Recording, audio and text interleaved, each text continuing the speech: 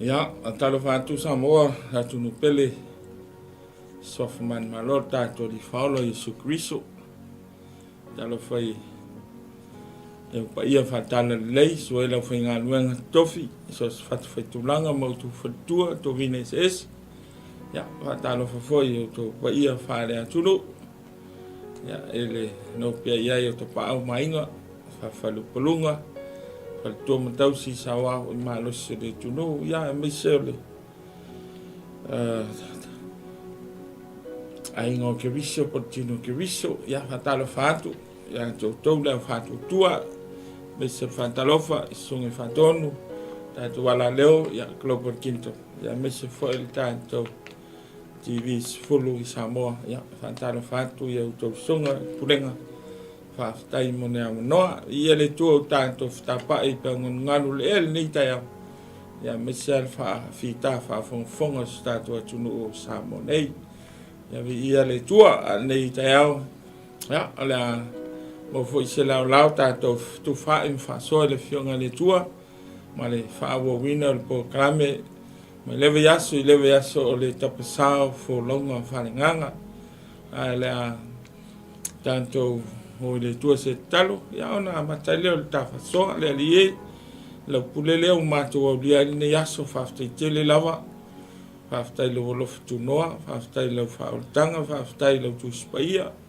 mana lo ngang paia ya misa le la veina i mato le tua ya o mo fon le la mato tapa i me fatu tu lungo pengon ngalu le ya fo ila valo vinga mato tapa tu le te tai sa fa un mana anga pa ia a o mai mato lo upu fa tonu mai fa u mai mato wolo si sta in fa longo lo finangalo mato talo le tato mo ono Yesu le kalesia mato talo tu nei mene ya samole tunu pele ya me se fo i wo mainga faftaile fa no mai lo taimi ya tato faftai foi ni so wa no ma vai atu ya wale mo nanga ole po kalamel Tapasā Folauga Faaleagaga ya ale ta to ya Folauga Faletino pe na tato Folauga le aso ya ai le lava po kalame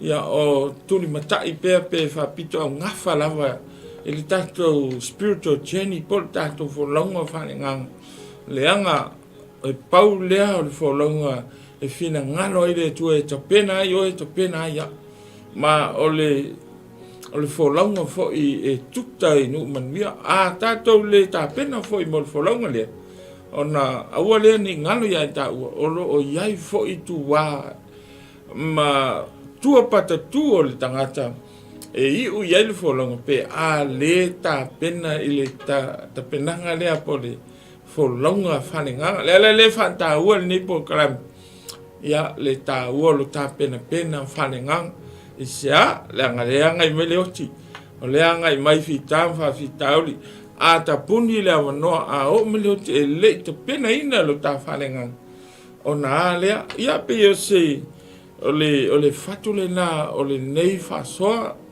ya ile na Luava yasu por tolva yasu luai na mata mai sa o mai ele Folauga lea ale nu ole tua po tangata e Peru ile taimi le kalesia sama na ile matanga le la to Folauga ai peta ina ua feto ai fa fitauli a mise asa wanga malo Roma a mise le te tangata po tai le lotu uteia i nei tangata nei e Peru na liu le tali tonunga ya anke riso ale le maliu tanu mia o i nā le na fa poloka ai pena tuta ia ai le fia le Folauga Faaleagaga nei tangata nei ma matalon toi fo i tua se i o toi tausi le tali tonunga fa i uteia ala lea ile tausinga le tula fono mal pertomi e mau ai le fa o le tanga fa tasi mal fa tutua ai talo fa ele fa ngo fie le la to Folauga ona o le fa matau mai ale ti apolo fantasi tai lo tu te ai mai so tai el malo Roma o nale na fu lo ona la langa le to fa il tu stala e pelu pe on ta to sava il vali el nei masina se i toe tusi le tusi, se i toe whamalosi, se i toe whamanatu, se i toe apua le au Folauga Faaleagaga tangata i penu. Ina ia awana i o ese mal whaatuatuanga moni. Awana i whawaiwai ngofie ono sauanga mwhawhitau. Ai stik pele la to faith. Ma na ia la le upu le na maia le tuistala e pelu lea. O le upu le o le faith po le whaatuatua. Le na ia whamanino mai mta upu sutas. I le whaatuatua o nisi o toa le tara le leifengenga tuai. Pena utau whailoa na te mita. Le na mata le whaatuatua o a pelu. A pelu o le atali ilona lua o a tamu ma eva sa whaatuatua. I le la o se whainga taulanga i le tua e se te leo whaatuatua le tamu. Ia na mu na sila na talia le tua le taulanga a pelu. Na te ena le taulanga ona se le motiva kaino na whaiela le taulanga. A pelu sa whaatuatua lua ina woti a pelu ona toe foi mele le tua lona uso e toi suitu langa e se tau trace mai alfa tu langa mele tamale o setu le na ya ben sata to vai ona great grandson le na sa wai ya le ngata le na e noka le foi lana tato vai ele fatu tu e noka e matau tia foi di tu langa ese le faithful tangata le o mele tangata na matau le tua na whalongo le tua na sa vali ma le tua tūlanga ese foi le whaatuatua le na o tangata le na e noka mai ona alofa le iai o le tua sile le tua ma whamanuia iai le tua ma si tia na ave ola ina e noka le lang ia sa moa nei fiafi i le mea tau o le whaatuatua e tato wa wina whalong so o le whaatuatua ia o le whalango i meo whamoe ia ma le mauti no mea le vai e se le loto ma le tāua ina ua mawai atu e noka ia ona whanau mai leo ana whanau ia ona tupu mai ai leo le to ina le sau tala noa na me aso e lau i lo foi o noa e ona e noka ia whanau mai ai ia me tusela ma la meko whanau mai ai foi leo o noa le isi foi toa le whaala o le whaatuatua le vengenga tuai lea foi lana tātou tilo le whaatuatua no ora e le mawhai ona tala ina le whaatuatua le tangata leo no e le lono wala wina ina ia whau le waa le laudua si futau sanga le aise si le whaalongo e te leere ngā luenga ai sa mau pēr lona whaatuatua e usi tai e tusa ma lona wala wina le na tātou tilo e na ua tapuni na tale taimi le tua laima se mea le i fulfia e le tua o mena polo misi ai le tua e tupu na whatau nuu lava ina ua mawai atu noa ina ua mawai le lalo langi tuai na o ti umaleanga sala e peitai na ola mai noa manana whanau e tolu le whanau noa ia na o le wali ila na tolu ia nana whapena ona tu lai mai foi se tas ia ona tupu mai ai foi leo tangata lela o atu el fai po evalu ri fai sulua o le tau tami million tau pule le fatuatua ele e peru futas ona apena lo lea ona tu lai mai noa ia ai saulo na tali e ngoi ya semu wa mantua noa to tol fulan fa na ya feta hamo semu ai ina o sau semu mai ya fa nau ya wana great grandson le en fa na wale to ina le tara le na le fa na mai ai le ngafa aperamo tato wal mele angasa Silvia tato o tangata la wilo mai ai o apelu kaino ato mai ya enoka mai dia tato mai no tato mai aperamo o tangata o toa o le fatu tu samo le vala la tato tal no mata titilo le nefiaf i le tūlanga la lea i le whātua o le tangata la lea o Abraham. Pe whape i le quality lea le loloto lea le te lei o le te leo le whātua lea fo tangata o Abraham a saua le leina lea whātua pe ona sau Abraham mai le antali o noa o tama o semu ya ma ngai mai ai ya ma o mai ya tātou wa le ngafa Abraham o ile tangata Abraham fa mele tala ya o le tama le whātua father of faith le winga le tama le upu Abraham o le exalted father o le tama vi ia pe exalted father le winga na le upu o le ngole Abraham o le tama le whātua pe atato whamatala ina lona winga ia is exalted father o le melitala i le whamaumaunga wai te maua te ngese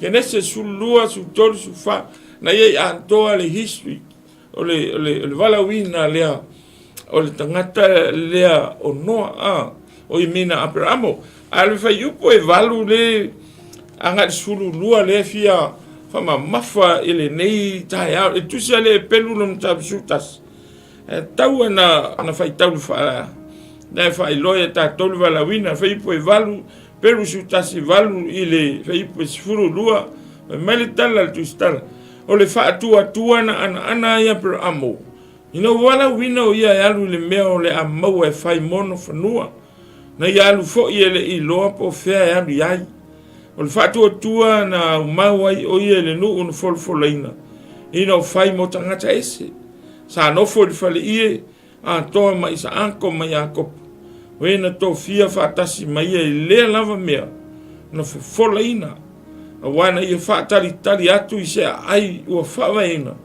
o lona mata i sauma le tufunga o le tua lea o le whaatua fo i na maua ai e Sara lava le malosi e whanau ai whanau fo i o ia ina o mawae tau sanga o lona malosi o wana manatu o ia e whamaoni mai o ia fola mai o le melea sa tutupu mai ai le tō tasi ia fo i walata i nauti o le tō tele lava pe o whetua le langi pe o le neone no tā whanga e le ma whai tauria o le whamatala ina lea o le tuai ngā whātua tua lea sa whai ona whai loa mai le tangata leo Abraham whameo le tangata ta mao ainga is a wealth man o le rich man o tangata e ta mao ainga telelon ta mao ainga e mea tau lafu manu mea tau whaatoanga le ngata na sa nofo le ayo uro i kalitaia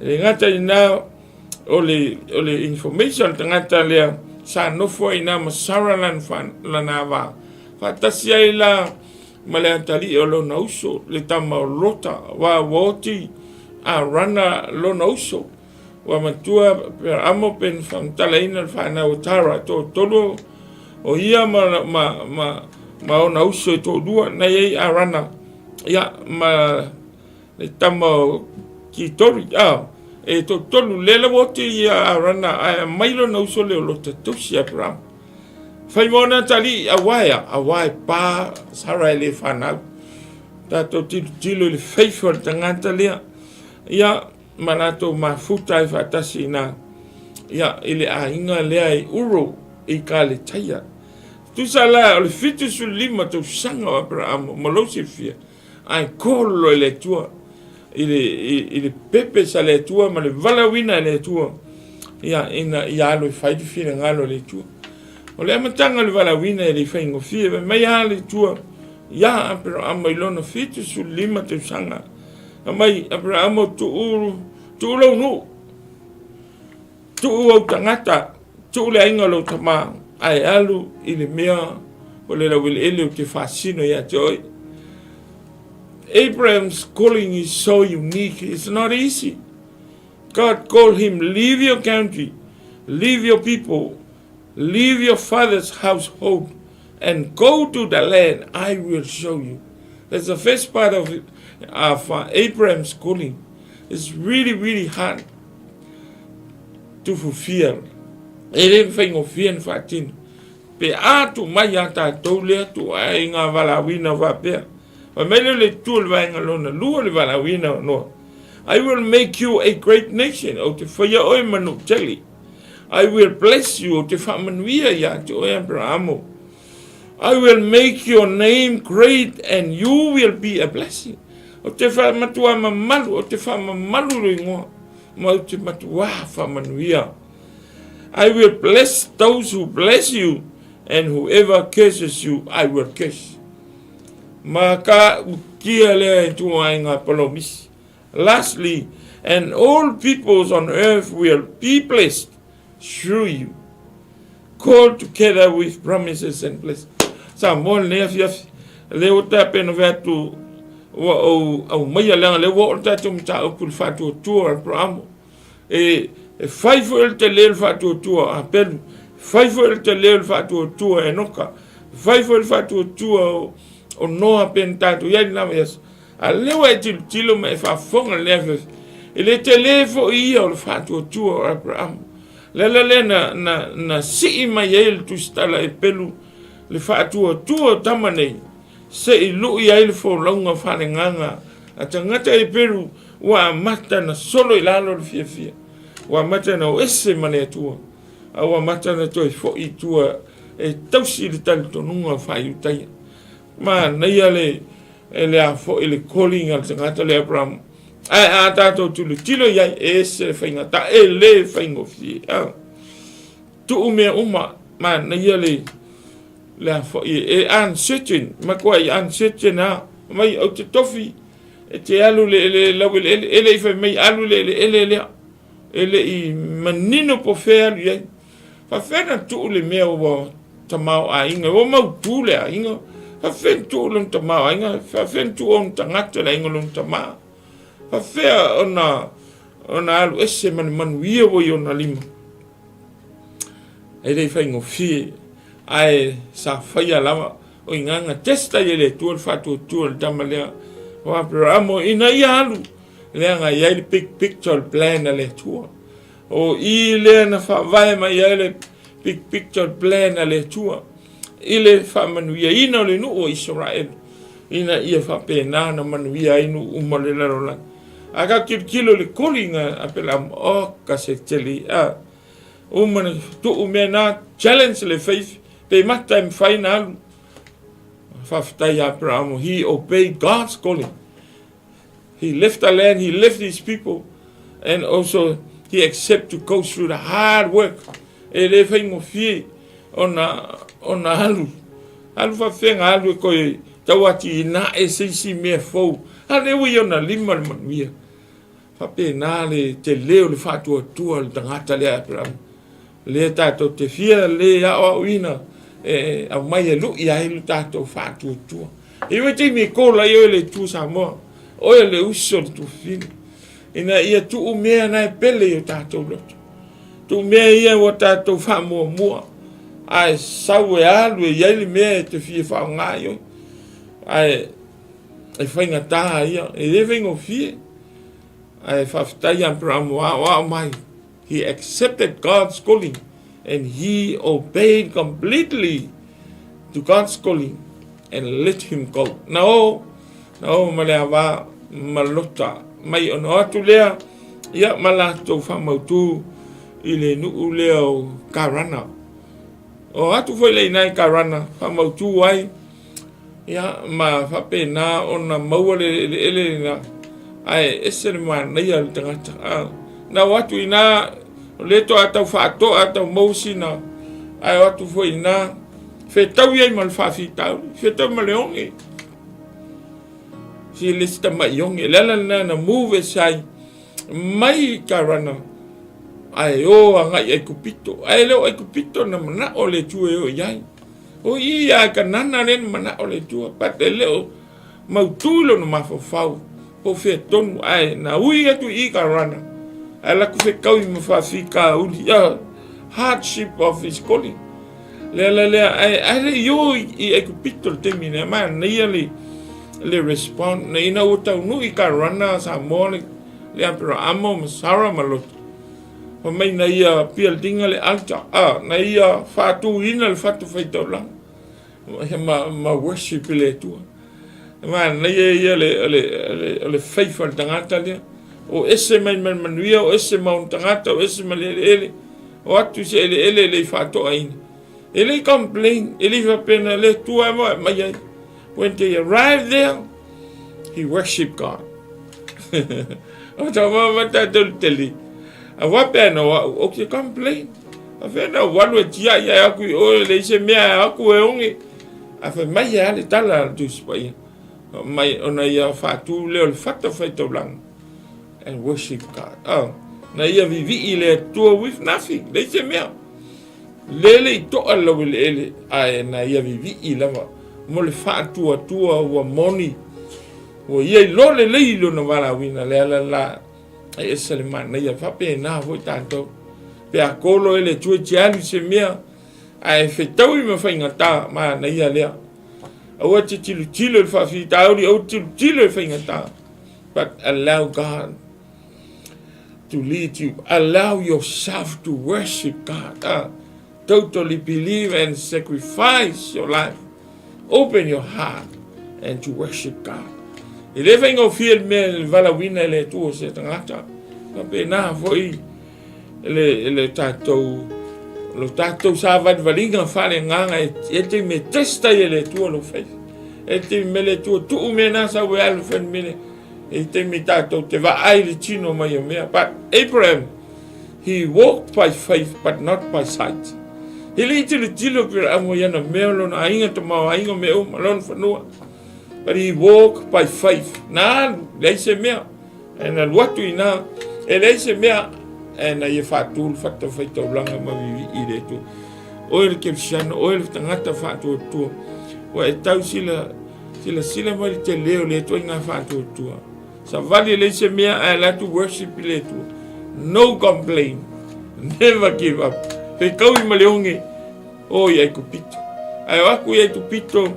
Ai aku kau ia mai nga tau ia mai ai ono lona wa wa mana o iai ia falau mai la tau wa le ia pepelo ai a fa mai tangata fa ia o lo tu fini ai o tele ma le fa fi tau li langa o se le men tau wa bi na mana o ale tu I kanana no foi ai na alawe le tu fa fi tau li na ina ia toi foi mai kanana ele ne fatu wina alu ele fanua o te fasino ia toi au tau se le alu kanana a fa tailo ne fatu tu ele tu na toi fatanga le tu fa fita lu toi fa fo I mai o le fatu tu ele na tanga talna ai sen man ne your calling le ele ne te fa ngo ele calling le a unique calling of God maya mele tua o te whama maluina oi. O te whama nuia ia te oi. Ma o te whaia oe manu tele. O ai whama nuia ia te oi. O te whama nuia. O ai whetu ia te oi. O te whetu. Walu ma teste le whatua tua. Whatasi ma blessing. Whatasi ma promise. Lela nei ma nei ele te leo le calling lea. Kol whatasi ma polomisi. Kol whatasi ma whama. God said to him, I will make you a great nation. I will bless you. I will make your name great and you will be a blessing. I will bless those who bless you. And whoever curses you, I will curse. Abrahamic's covenant. Oli fe ngai ngosi.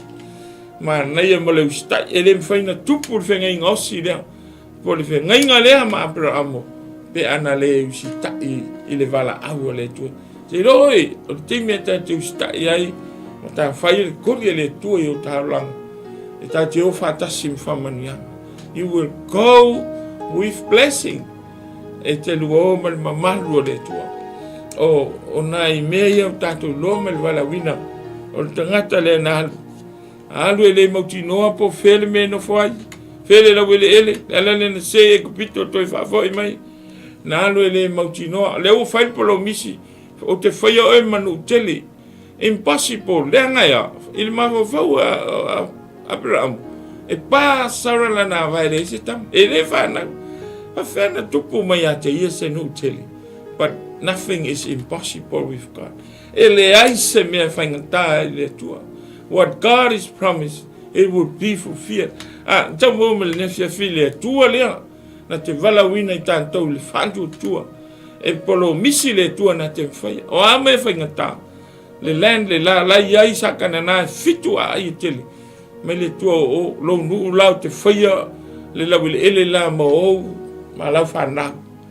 Ele o whena alu Abraham. Fa whena alu tuli ese lau sakana na. Fa whena tupu se malo tele me se nu tele. Ai e le whaatanga le tua saure whanau e pā. But o mea whaingata po mea tau hardship. Sa goes through wai ia. Le faithful tangata. Le sa moa le whatu tua le nei fo itai a o. O le anta le nā le whatu tua le tangata le lono wala wina. Ma na ia. Le mo le tangata. Na kōri ai le tua na alu ma le blessing. Na alu ma le promise. Ma me le tua. O ai le tangata. E whamanuia ia te oe malonu o te whamanuia. E sele pao sa unoanga ia le tua. Te loa mena le o mal te mine o Israelu le nu manuia. O ai a ma lo le lango ia Israelu I manuia. Whatanga le tua melika Britania whalangi e support ia Israel. Whaftai sa moa no tō lango. Mole ma lo Israel. Tato wōle whengainga le Abraham. Te le nisi sa moa no te ia Israel. Wala e o lango Palestina makasa. I challenge you, langa, ole whengainga lea whamele tua. Wai lava tangata ma malole la rolangi, e whamanuia ia Israelu, maona tukuang, o te whamanuia. Lana manuia na o Samoa, whaftaile, parimia Samoa, malwhainga malo, whaftailo tu lango ia Israel, pa pena malo uma, pena uso uma. A whainga luenga tātou tutu mo Israel, wa ai le vaenga leo le whengainga. Le ango Israelu le whatu leo le whaoltanga.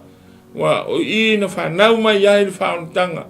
E ala le ngafa o Abrahamo. A whoiwa mei le tua le whengainga lama leo Abrahamo. So lau whanau manui ai no umalalalang. Au le I tai liu tinu tangata Yesu. A whe mei o so lau whanau. Whanau e Abrahamo Isaako. Iakopo ma Esau. Iakopo sa waitu ai ngai sfururua. Yutam Benjamina sa wai ara ngafa sa ia. Tau mai a Yese, tau mai a Tavita, tau mai a Yesu. Fulfill le promisi le kovan, le covenant le family tu. O solo whanau Abraham. A lea wa liu tino tangata le tu. Sa wai ke visu. A lea wa maua le ta whaaro tanga. 𝚗𝚙𝚢𝚛, ta tonu ese. Ta tau tutu whaadasi. Wa vea ta tonu ese ma tama whai.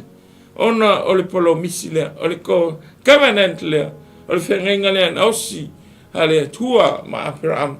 Wai ta tau ai tele soifua, ta tau tele yola, le tai whawaina la lang. God already knew this. Wa leva na ta oto nu ese ma whawhau le tu.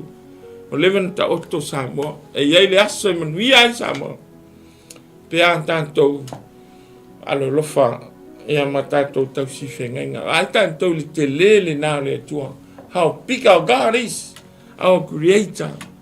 He created us purposely. E sa moa ma leo whantua tua. Aua ni ngalo ia tātou le whengainga lea. Nau si Abraham ma le tua. A leo fulfia wa man wia tātou. Talu le ngafa lea. O tau mai lava ia ke visu. Hui au ia le tua. Ana liu tinu tangata ele le persono le alo Yesu. Ma alu sa tau lea wa manui ai tātou. Lea wa wala wina I foi tātou. Ele nei taimi tātou te o e whainu malava maso. Our calling is so important and so unique. Sa mora ne fiafi. Malau tau whaafonga sei tau so le ngafa. O lea whaatua tua. Ma le mafu anga na laina. Kua auto mai el tu stala e pelu. Whaatua tua o tama nei. Ave se I toi mati. Ave se I toi Tapasā ai le Folauga Faaleagaga. A te ngata o le tua po te ngata e pelu. Wa mata na solofa. Ono le fefe sa wanga mpopo ngā. ia sa mo ne fiafi o le fape na fo ise na ngona au maia le fatu tu al tangata le tato te fa malo lusia e tato bo pole ase se respond ana rangalona lo he feared and obeyed God's calling in his life ana tu lunga mao manonofo ele ele o karana o ye pito toi foi mai lava kanana a esen mana ina utau nui karana fai fata vivi ile tu teme leise me nothing toi o ye pito toi foi mai toi o mai kanana toi faulis fata toi vivi ile tu ole merete wa ha mal tanto fanto tua ole fatu tua goes through hardship difficulties of life I want to imagine ta fatu tua ele le ai se mea so me now me el fatu tua walk by faith I want ne tato falangolango tino mai mea I want to lo tino lo me fatu afia worship al fatu tua Abraham então no karana le ma se mea he worship God to foi me kupito le ai se mea he worship God then later on God bless him and them abundantly ke le man via na patau no elo ina le tua ia le tele man via ia na mau sei o ana tupu le no Israel mai lana fanau surulu God was so faithful in his promises man ia faced with problem sa pipi le tua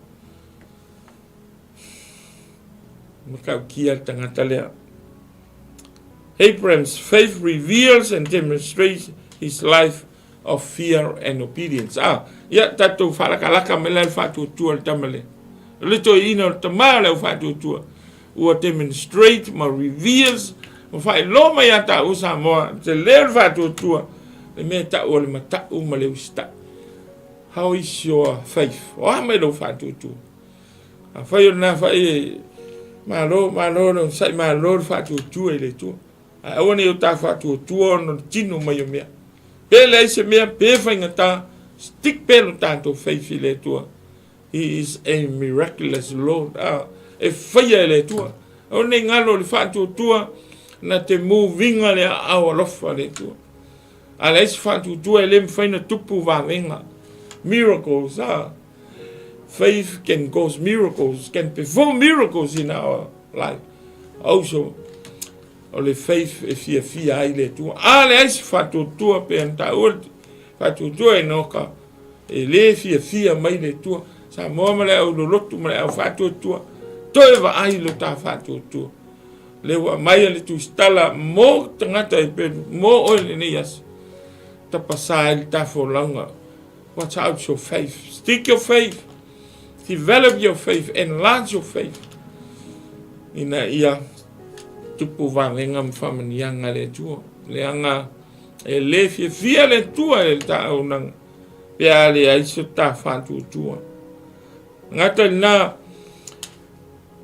Abraham's faith demonstrates patience and waiting in God's time. E senman le il fatu tua ngata le. Sa yen me tau le onu sai. Sa fa atali ile taimi le tua man tu e fitu lima tau sanga ai fola le tua e to la wawa fa nau mele tama le e tu punga ya to fia la fitu lima se la tau sanga lua se fulu lima tau sanga fantali ole fatu tu Abraham sa fatino lon fatali patient he waited patiently in God's time. Ape na fo yo tangata ke lo ke siano tangata lo o ta fatu tua le tua o le mena mai le tua polo mise le tua e fulfill le tua lona lava time in God's time o i tato fatali what why my complain fatali le ai to fo ilo i tua fa va veleta o la vea il fatu tua la au e peru me le tua fatali tani ai tato le lua se fulu lima tau sanga. Fola nei fola. Le toia ina wa matua e na tali lava. E este mai temi na tau sasi eila na tali. lena mua fua ina salai le au no fine lana va ya karfa na welta mo samai, but that is not God's plan. Le toi fatalia mai ise sawa le tamale le fa na mai ai isako ya wa ya kopo le tu punga mai ai le au fatu tu mo le kevsian te loa ya nen to mai sasil fatu tu and toi fa sa on fa tono le tu ina ia fu fear lava le plan ai tato ni mana ia mo fatu tu fa ai loa le stai man mata fa ai loa no ono sai fa tali te mele tu o ye fu ile fa wa me lo fatu tu ise me o fa loa le tu ise me wa tangi le tu le tali me le tu. My dear friend, wait in God's time. God will answer your prayer request, your prayer needs in His time. Kadi mele tu elan time. Oh, to give up no fear. Wait patiently before God. Le ngatan na o le fatu tuol de ngata le demonstrate His heart of worshiping. Ale na wala awalu ai na alu amal fia vivi le tu fat blang vivi. We live ai se mea a vivi. Pape na ta fatu tu. Wa ne yo ta vivi no wa ta tino wa ai to tele tu ma inga sale fa tai le tu. Pele tali le tu pele ai se mea yo lima. Awani ava se le loto vivi. Heart of worshiping God. Because lengo le tu vi ia. Ole ngo apel amo exalted Father. Lele na vivi ia tangata lele no winga lele no ngo. Ole tama vi ia. Lele vola na pele ale le se mea fa ngalo no fa tutua. He worship God. Tau. Le ile se mea le me se lo kwa. Le ile se mea le lima le fi kakalo lo. Ua le se vi inga si ave le tu ono mo le se mea. Mana ia fa manatu Abraham pele se mea vai lo fatu tu vivi e tali le tua I lona lava taimi le si mea e le fatu tua ua hape na ona fa loma yai le ma losio faithfulness of tangata le malona fa ma oni ua ia te ena ia mea sa fatu sina vai ia lona fatu tua mea ia tolusa na testa ele tua fatu tua au yai o I uro I kaltaya mele le tua tu mena tu esele tamau ainga wealth people and influence man melon tolu ole hardship o meia tolu distraction I faith sa testa e fa maka kialu pe fa kialu e ko uma men ele fa ngo fi pe val aule tu uro wa inga sawan ko kama ku ulo ai ngolo kama ku uma menga sawen re fa ngofi but na pasi ele testa apelam na usitai na alu doesn't matter how old he was eto chulo lima tausan fa fe ko fiku lima sa mo ko o ko sole butia fa fe ka die ko inga the impossible tangata ai possible le tua mena ta fa loya ta tola fa tua o me impossible va ai tanga o le tua possible fai le tua fitu lima na tua lunga mar se lau tau sanga to a fulfill the promise o se lau nga ko o le nga with God se leva yaso la fa wa tam ta polisi foi me tua to se lau tu sang il te leo il fatu tuol dengan tele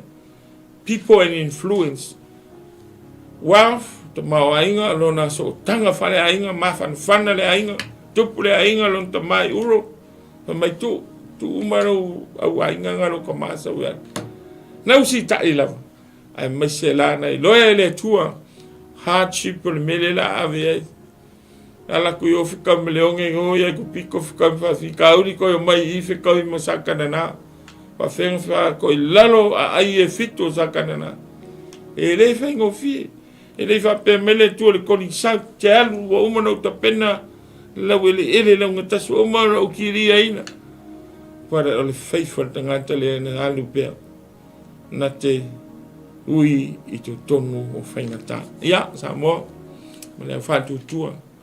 How is your faith?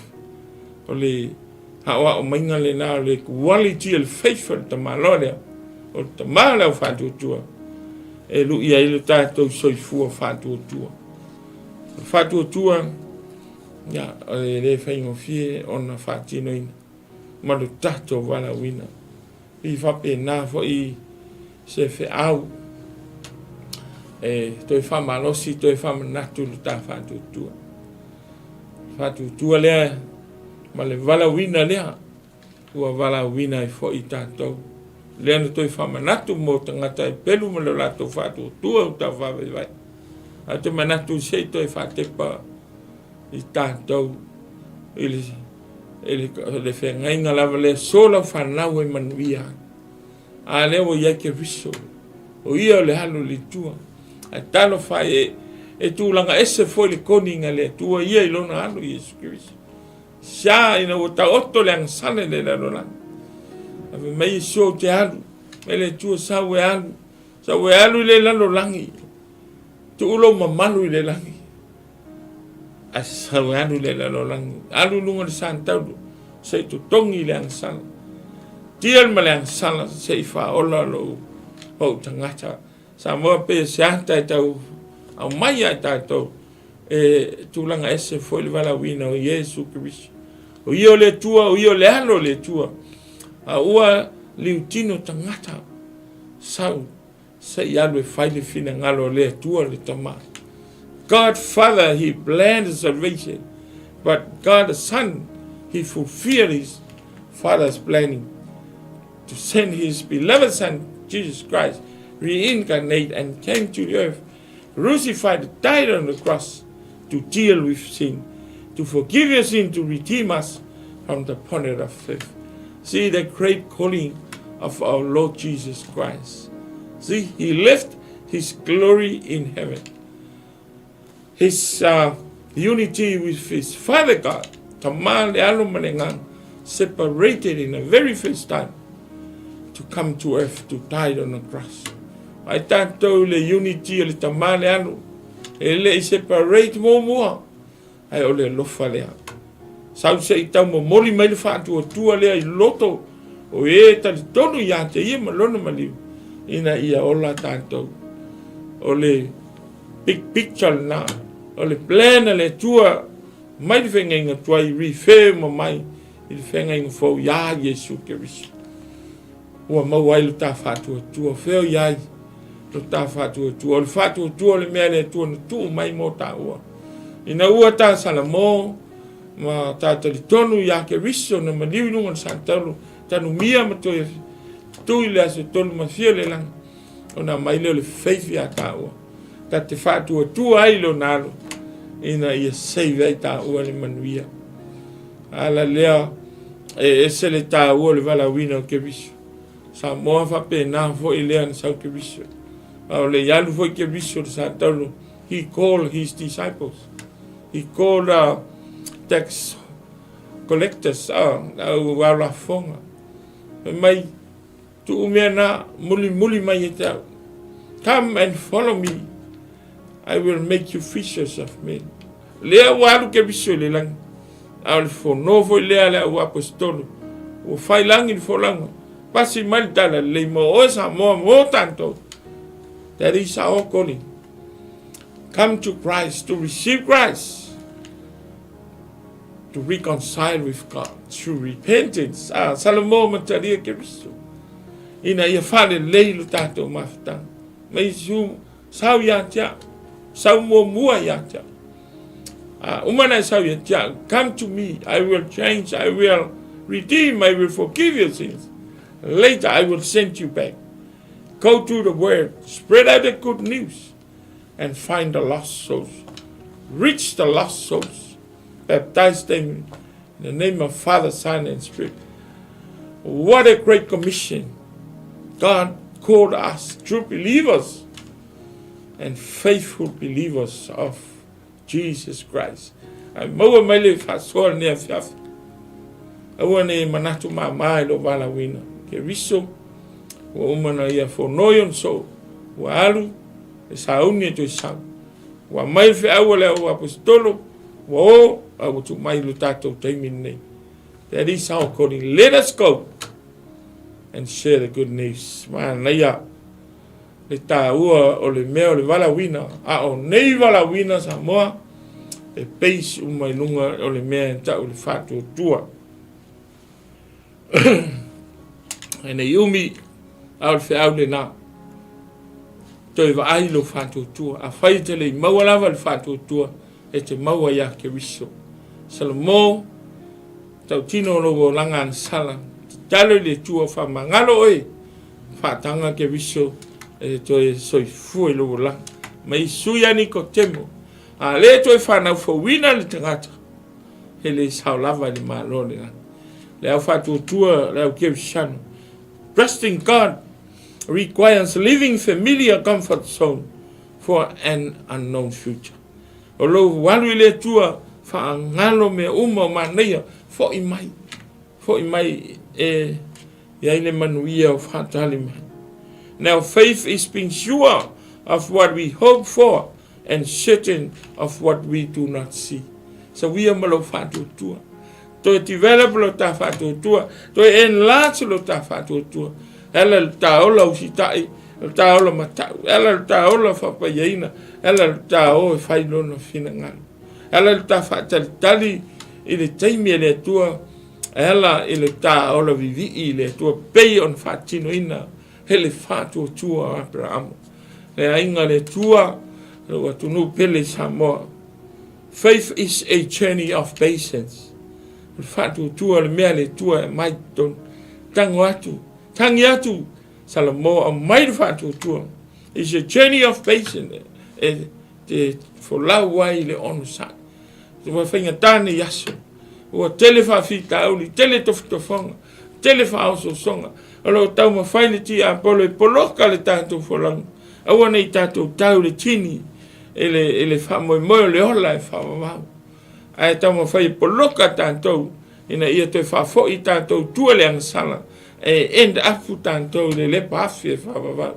E le tau whawhewheina tātou le tāna le. But I challenge you. The Bible reminds us, make sure to make a wise and right decision right now while you have time. Because heaven is real, hell is real. And if me su pe a e le to e whanau whawina. Sau e tali le wala au. Mana o ke riso. Ina ia whaola ina oi. Ma watu oi. Ma tau e fitu lusu tase lusu lua. Lusu tolu wha manatu mai le tala lea Yesu. E le sao lava le langi la to o mawe whai mai. Lea li ie. Na oi la tau na whaia. Whina ngalo lo ta maa. Oi la tau la tu i tui mai le aso mai. Ta tala mai le whai tu toa. Oa u safa malo lo le mai. Oa una tuli te moni lo swa. A mei su tele ilo oi ali fafo. Meo iai ta whaitangi a we ma le lili wau o nifu. What a promise. Remind ya to eluso. Pete lotu, pete le lotu, pete fatu tua, pete le fatu tua. It's up to you, but the message from God to let us prepare for his final judgment. Life atalitali mai. O le sawa le oti le sawa. Tele iloa lo pe fiaso toe lo bola. Ta pena nei, ona nafi ta pena ai nei, o nei ta pena e taiao. Prepare now, my dear brothers and sisters. So faith is a journey of patience, reliance on God's timing. Grace time. Then no opportunity for you.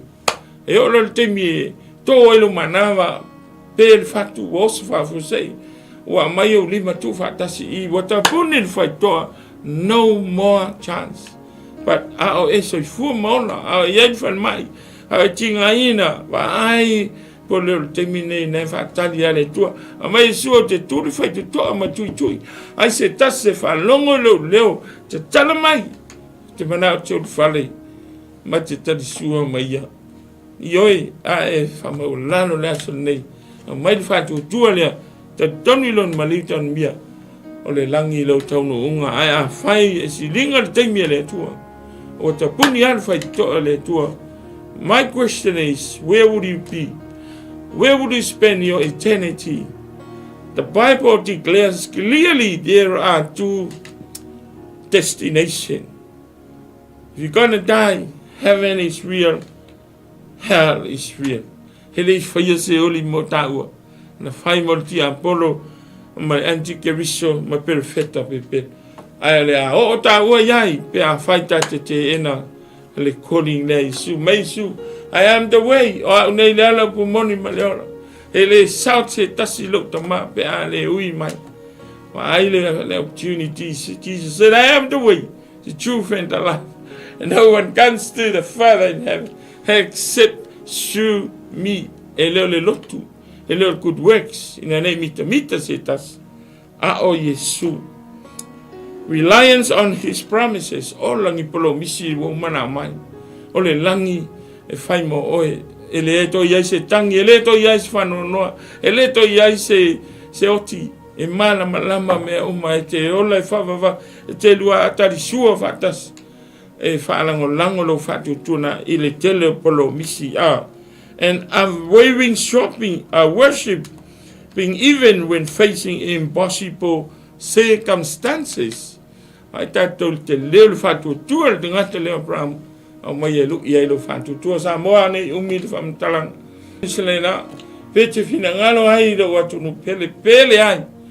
It's up to you, but that is a message for me to remind God's timing is come. E angai melti me le tua. E o lenta puni le lofa tu noa. Ona le ai leo se isi ama noa. Filifili nei. Manua maua le ama noa. So ia tu ulo whātua tua ia ke riso Yesu. O ia lea na maliu tanu mia ma toi soifua. O loo sauni e toi sau. Sau e watu leo whātua tua le kalesia. O e na salamo ma whātua tua ilo ni swafu. Manu ia tele lau whainga filifilinga. Filifili whātasi ma le tua. E te manuia ai, e leo lai whawawau. Se au nā mo ni fiafi, au ane e whātu ai. Ne i ta puni li whai tu toa le loftu no. Ona whai longa whasili leo le tātou no unga. Ia manuia se watu no peli. Ia leo whātu tua manu ia leo whainga nuenga. Whaftai pulenga wala leo 𝚗𝚘𝚦𝗏𝗏 ma TV10. Whaftai mo le. Ama noa tātou ngarurue whatasi. Ina ia spread out the good news. Ia so atu no pele samo. O mangalo le leo lo to o on. Ia i se ngangana u sala lava ia wan. Ia vi ia le tua whaftai. Se fua whaftai i su lo up. Wai a mai a lava le whatu tua o au auna le whenga inga tuai. Se i toi whafso ta ia ke wiso. Whaftai mo le whatu tua. Tai mo le whaarutanga whaftai mo le tala le. Ma tu talo whamanuia i la upu whamanuia i en whafonga la upu. Ia whaisa mato whiwhiringa manua maule amanoa.